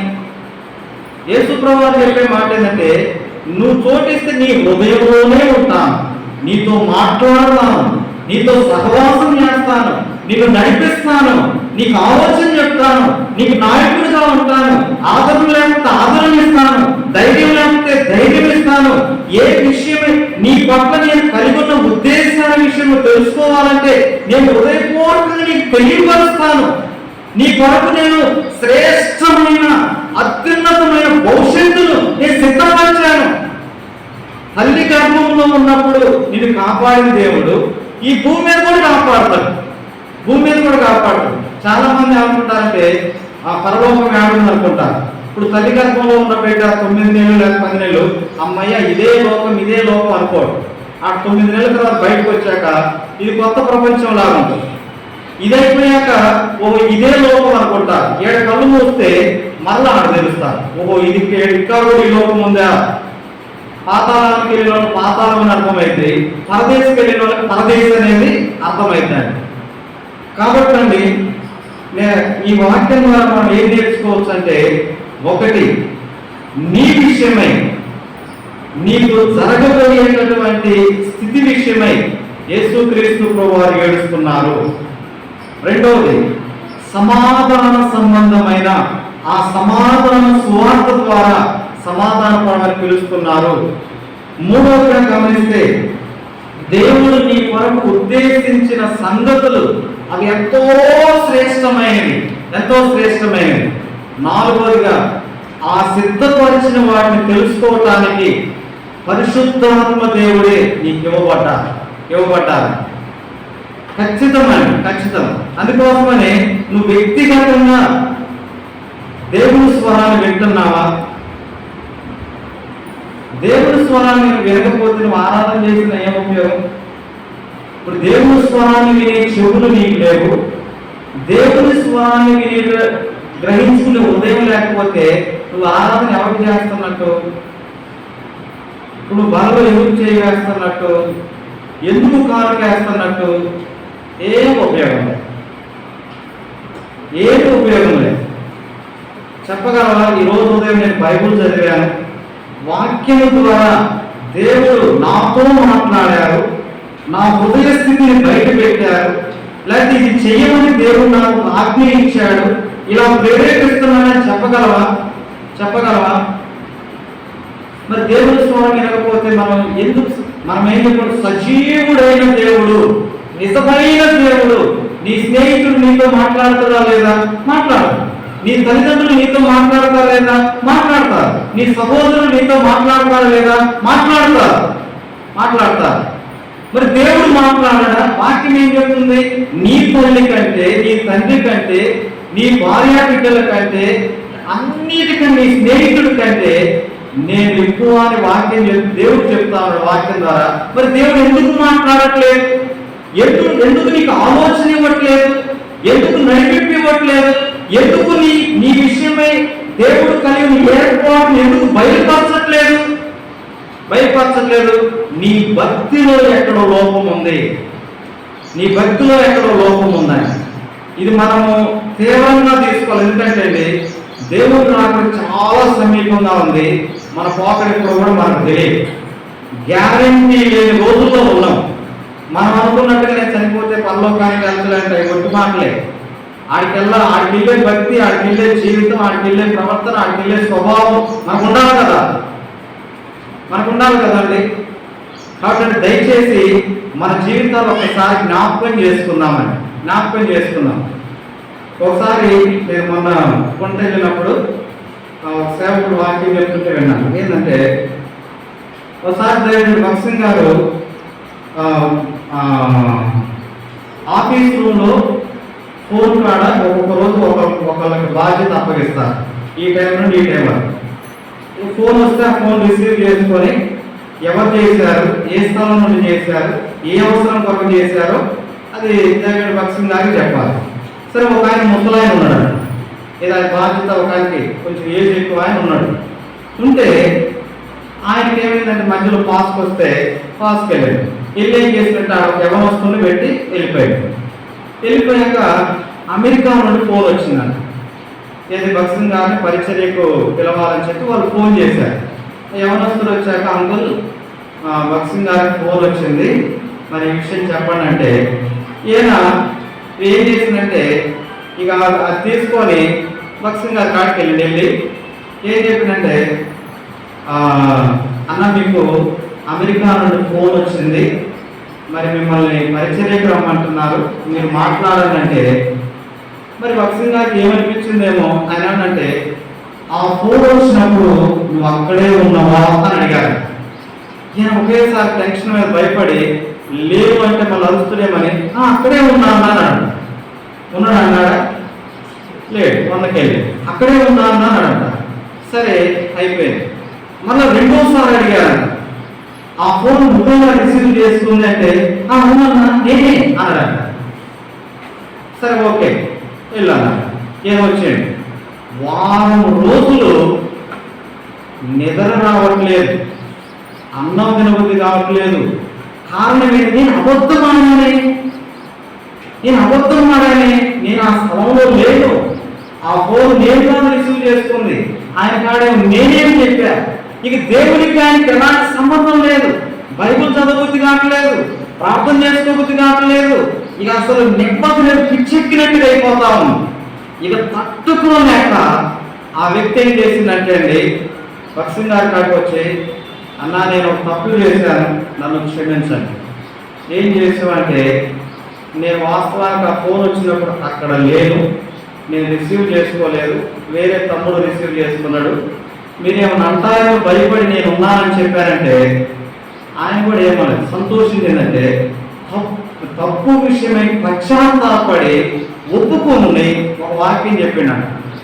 ఏది యోహాను రాసినటువంటి పత్రికలో, నా పిల్లలు సత్యమును అనుసరిస్తున్నారని వినినప్పుడు నాకు సంతోషం కలుగుతున్నది. సేవకుడి కండి ఎంత కానుక వస్తుంది, లేకపోతే ఏం జరుగుతుంది అది కాదు, మందిరానికి వచ్చే వాళ్ళు ఎంతమంది సత్యాన్ని అనుసరిస్తున్నారు. ఆయన ఒక్క అబద్ధం కోసమే పరిశుద్ధాత్మ దేవుడు గద్దిస్తా ఉన్నాడు, మనస్సాక్షి గద్దిస్తా ఉంది, వాక్యము గద్దిస్తా ఉంది. నెమ్మది లేదు, కలవరము, ఆందోళన.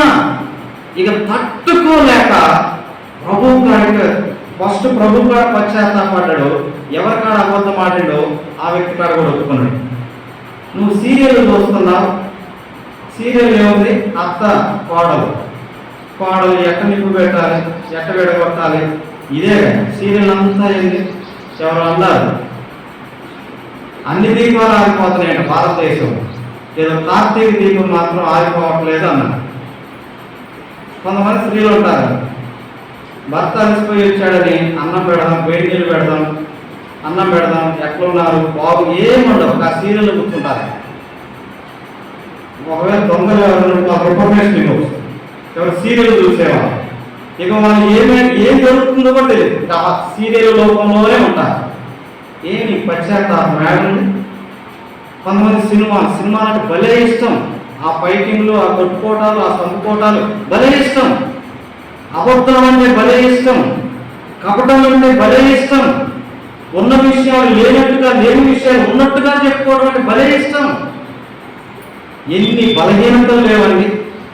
వెళ్ళకూడని స్థలాలకు వెళ్ళలేదా, మాట్లాడకూడని మాటలు మాట్లాడలేదా, సహవాసం చేయకూడని నువ్వు సహవాసం చేయట్లేదా, నీ జీవితంలో అధికారం మొదలుకొని నడినెత్తు వరకు ఆరాధన చేస్తూ బలలో వరకు కానుకేస్తున్న నీ కాడ ఎన్ని బలహీనతలు లేవు, ఎన్ని బలహీనతలు లేవు. వాటి విషయమే పశ్చాత్తాపం కలుగుతుందా, వాటి విషయమే మనస్సాక్షి అన్నదా నీతో మాట్లాడుతుందా, వాటి విషయమే నీలో పరిశుద్ధాత్మ దేవుడు మాట్లాడుతున్నాడా, వాటి విషయమే చదువుకుంటున్న వాక్యం మాట్లాడుతున్నదా? ఏం లేదు, ఏం లేదు. అందుకోసమనే నువ్వు బైబిల్ చదవకపోయినా నీకేమనిపోయేది, ప్రార్థన చేయకపోయినా ఏమనిపోయేది, అసలు మందిరానికి రాకపోయినా నీకేమనిపోయేది. అసలు నీలో ఉంటే ఆ ఆత్మీయ జీవం ఉంటే ఎప్పుడో చల్లారిపోయింది, కొన ప్రాణంతో ఉంది. ఎవరండి పరలోకానికి వెళ్ళేది? ఎవరు? యేసు ప్రభు వారు కోరుకునేది నీ నుండి నా నుండి మనం ఇచ్చే ఏమీ కోరుకోవట్లేదు, నా వలే ఉంటే చాలు. గాంధీ గారి కాడికి వెళ్ళి ఒకళ్ళు అడిగారు, భారతదేశంలో ఉన్న ఆయా మతాలు, ఆయా ప్రజలందరూ కూడా క్రైస్తవులు అవ్వాలంటే ఏం చేయాలంటే, ఆయన అన్నాడంట, ఫస్ట్ నువ్వు క్రీస్తు వలె జీవించు, వాళ్ళందరూ కూడా అప్పుడు ప్రభుత్వాన్ని తిరుగుతారని చెప్పిండు. ఎవరు క్రీస్తు వలె జీవించే వ్యక్తులు ఏమి? అబద్ధం ఆడాల్సి వస్తే అబద్ధం. మరి అన్నీ మనలో జీవితాలు ఉన్నాయండి. కాబట్టి నేను ఎందుకు చెప్తున్నట్టే అండి, దేవుడు నీ కొరకు ఒక మంచి ఉన్నతమైన ఉద్దేశాలు కలిగి ఉన్నాడు.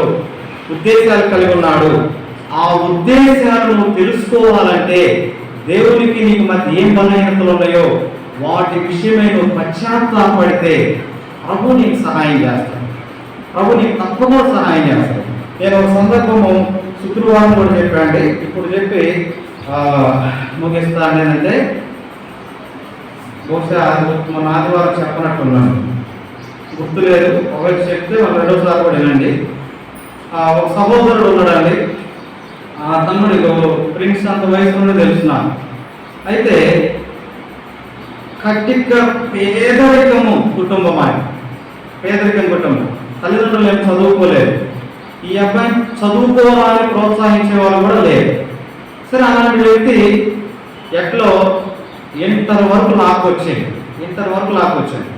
అయితే ఆ అబ్బాయి 7 సంవత్సరాల నుండి ఎక్కడ ఎక్కువ ప్రేమ ఉంటాడంటే ఉంటే ఆ స్కూల్లోనో లేకపోతే మందిరంలోనే ఉంటాడు. ఆ సేవకుడు చుట్టూరు తోకలాగా తిరుగుతూ ఉంటాడు. నాకు తెలుసు కాబట్టి చెప్తున్నాను, తోకలాగా తిరుగుతూ ఉంటాడు. ఇక ఏంటంటే ఆ మందిరంలో పని ఉంటే మందిరం పని చేస్తాడు, తర్వాత తన పని ఏదో తాను చేసుకుంటాడు. అట్లా ఇంటర్ అయిపోయాక అడిగింది ఏంటంటే, నాకు ఫోన్ చేసింది, అన్న మరి ఉద్యోగం కొరకు మరి ప్రార్థన చేయండి అన్న అని చెప్పాడు. సరే తమ్ముడు ప్రార్థన చేస్తుంది అని చెప్పాడు. వాళ్ళు ప్రార్థన చేసుకున్నారు, మేము ప్రార్థన చేస్తున్నాం. దేవుడు రైల్వేలో జాబ్ ఇచ్చాడు.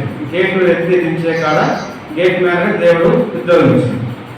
ఉద్యోగం వచ్చిందని దేవుడిని మర్చిపోలేదు. మరి ఎక్కువగా వాక్యానికి విధేయత, మరి ఎక్కువగా సంఘానికి విధేయత, సేవకుడికి విధేయత కలిగి ఉండడానికి చక్కగా మందిరంలోనే తబలా నేర్చుకున్నాడు.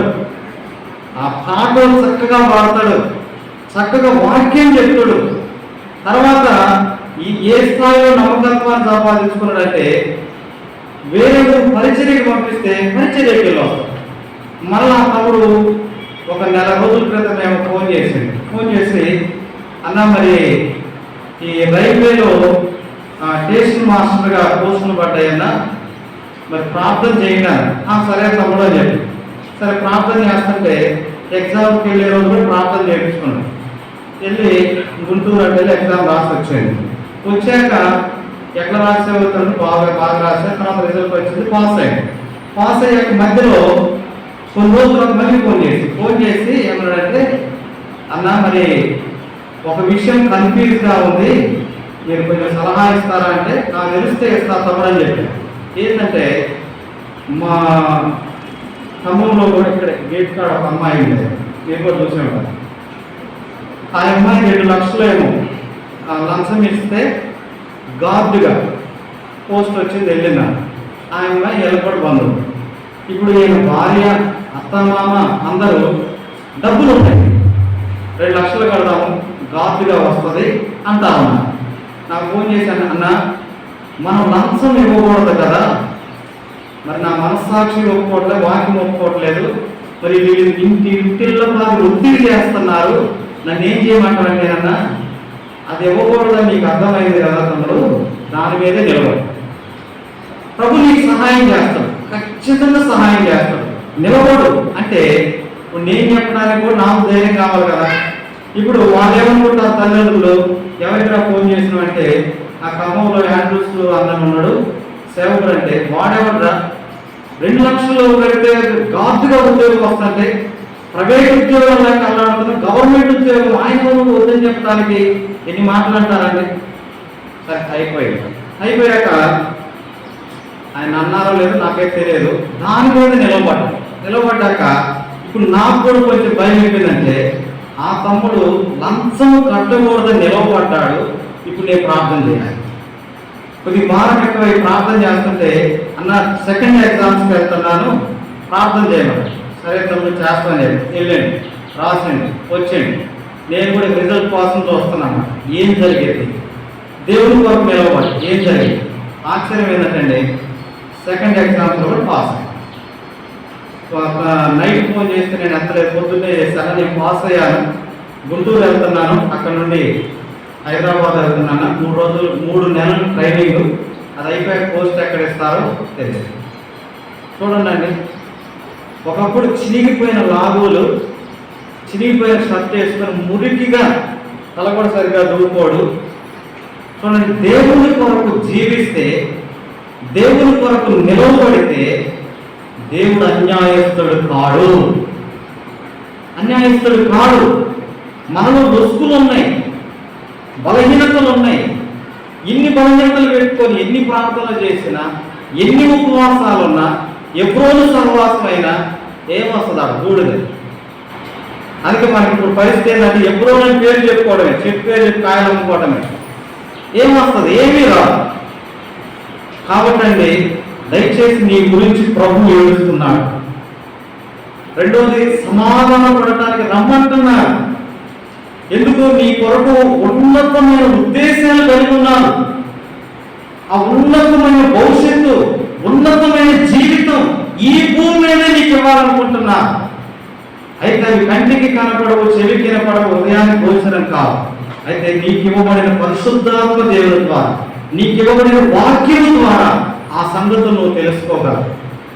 ఆ సంగతులు నువ్వు తెలుసుకోగలవు. మనం చెప్పుకుంటాం, నేను ఎప్పుడో స్వవాసమే చెప్తాను. నాకు పక్షంగా కటింగ్ చేయించుకోవాలన్నా దేవుని పర్మిషన్కి వెళ్ళాము.